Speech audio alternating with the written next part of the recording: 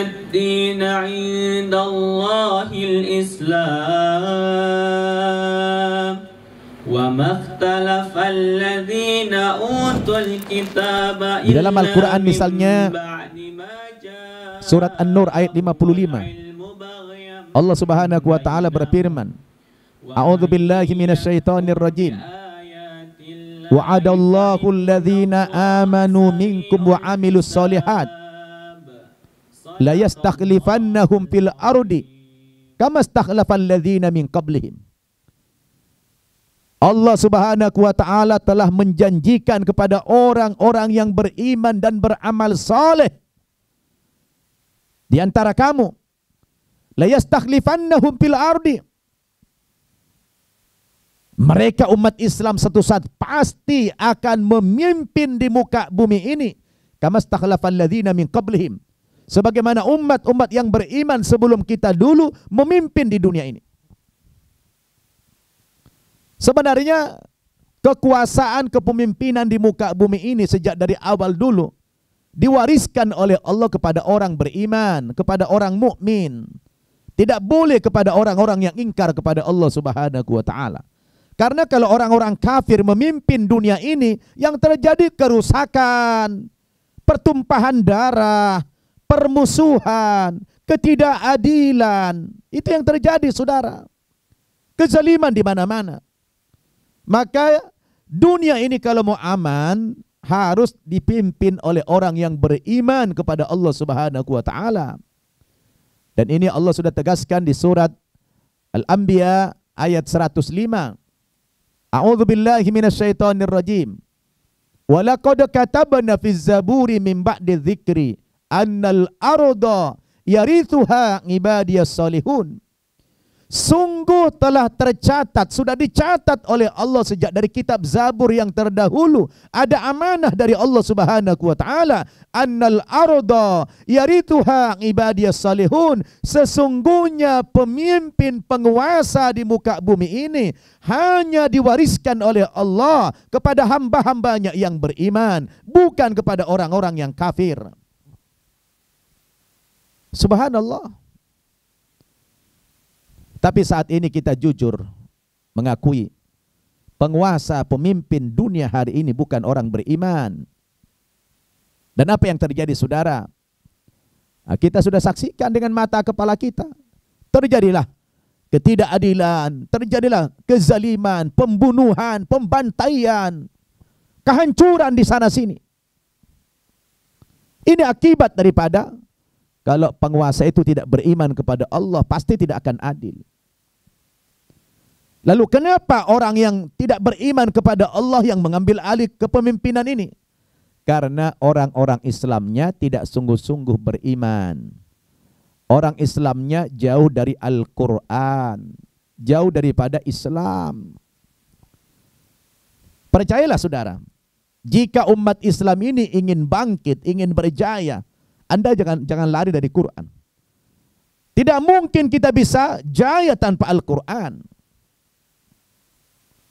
Sebab Al-Quran itu bukan hanya kitab suci yang mengajarkan ritual atau ibadah, tapi Al-Quran itu kitab suci yang memotivasi kita untuk menjadi orang yang hebat, orang yang jaya.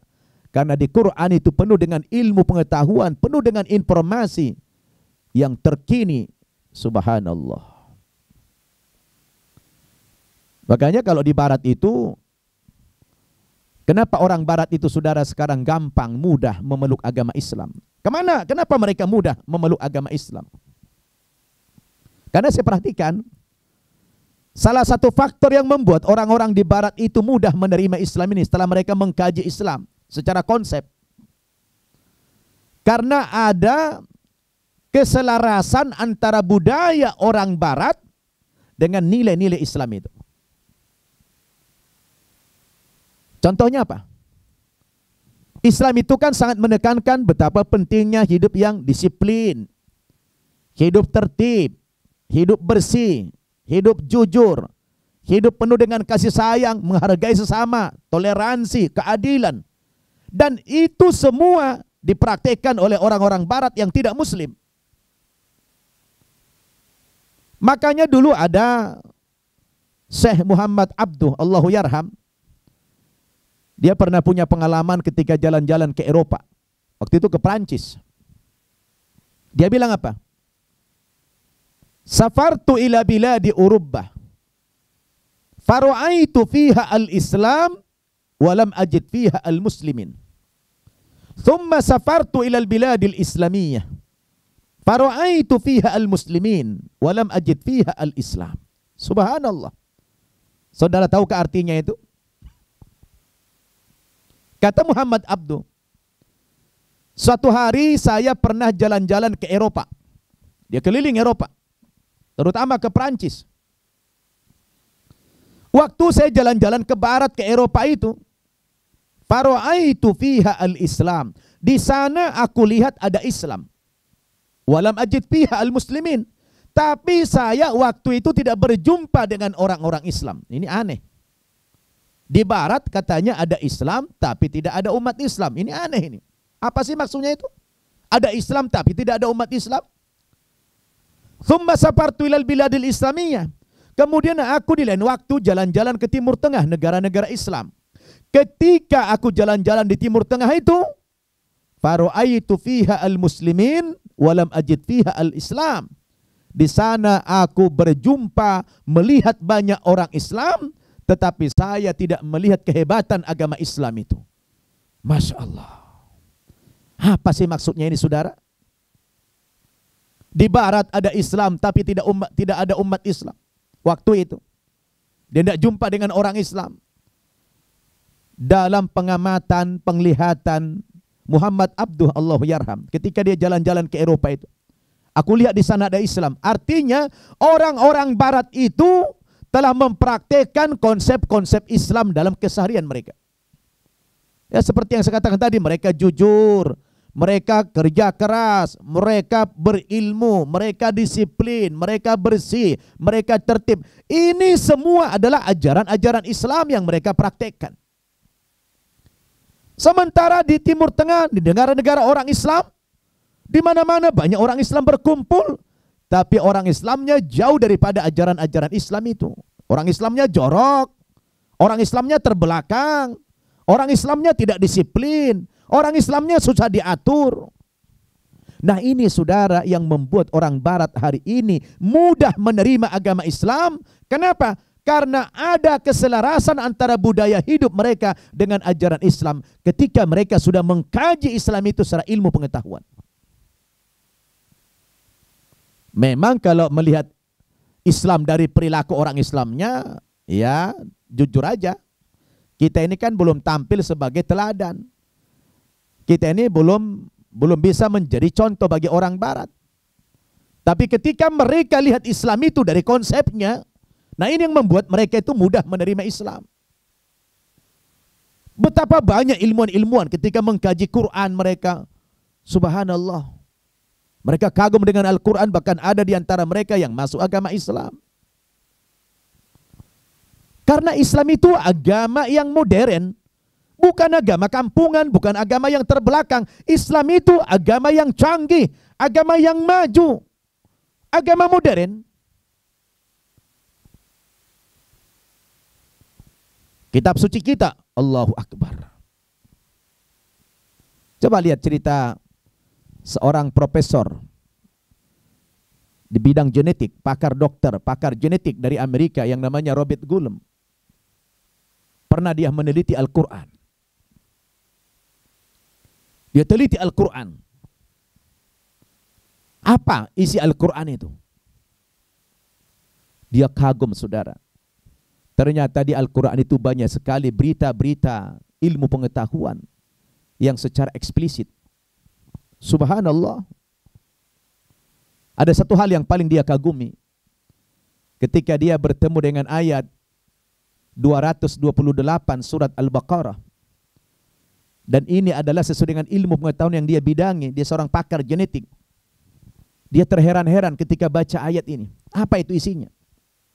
Surat Al-Baqarah ayat 228 berbunyi, wal mutallaqatu yatarabbasna bi anfusihinna thalathata quru. Allah menjelaskan dalam ayat itu, istri-istri yang diceraikan oleh suaminya, hendaklah dia menahan diri untuk tidak buru-buru, untuk tidak segera menikah dengan suami yang baru. Sampai menunggu talatata quru, 3 kali masa bersuci atau 3 kali menstruasi. Allahu Akbar. Robert Gullem, seorang profesor di bidang genetik, terheran-heran ketika baca ayat ini. Kok ada ya di Quran mengatakan demikian?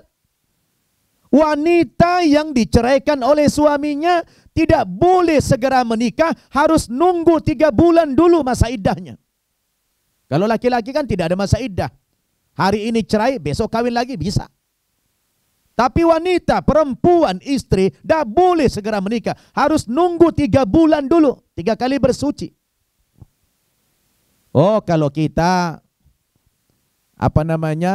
orang Islam, ulama kalau ditanya, kenapa Pak Kiai ada masa iddah perempuan sampai 3 bulan? Paling Kiai menjawab dari pendekatan hukum saja, normatif saja. Oh, supaya ketahuan istrinya hamil apa tidak. Kalau hanya untuk mengetahui istri hamil apa tidak perlu sampai 3 bulan. Sebulan, 2 bulan cukup. Bulan ini tidak haid lagi istrinya, misalnya, oh ada indikator dia hamil. Kalau datang bulan, udah pasti tidak mungkin hamil. Mana ada orang hamil datang bulan lagi, tidak mungkin. Sebulan, 2 bulan cukup mengetahui istri itu hamil apa tidak. Tapi kenapa 3 bulan perintah dalam Quran? Ini hanya orang di bidang genetik yang paham itu. Ternyata ketika diteliti oleh Robert Gullem, dan ini sesuai dengan ilmu pengetahuan dia, 3 bulan wanita yang diceraikan suaminya menunggu, baru dia boleh kawin lagi dengan laki-laki baru. Itu rupanya, kata Robert Gullem, saudara, orang kalau suami istri, kalau dia melakukan hubungan suami istri, hubungan seksual, setiap kali suami menggauli istrinya, itu kan pasti mengeluarkan sperma. Dan sperma itu berada di dalam rahim si perempuan itu. Katanya, setiap kali suami itu menggauli istrinya, di dalam rahim istri itu ada 1 titik, 1 bekas daripada sperma itu. Yang ketika diteliti, sperma suami yang ada dalam rahim perempuan itu, kata Robert Gullem, seorang pakar genetik tadi, itu ternyata, saudara, baru bisa hilang, katanya. Hilang kalau sudah berumur 3 bulan ke atas. Kalau tidak ada lagi hubungan suami istri, coba lihat. Kalau terjadi perceraian, berarti kan terputus hubungan suami istri. Tapi sperma yang ditinggalkan suami terakhir itu hanya bisa hilang setelah 3 bulan ke atas. Allahu Akbar. Ini ilmu pengetahuan bersumber dari Quran, diakui oleh para pakar-pakar genetik. Ini hebatnya Al-Quran. Apa yang tidak ada di Quran? Jekasto misalnya,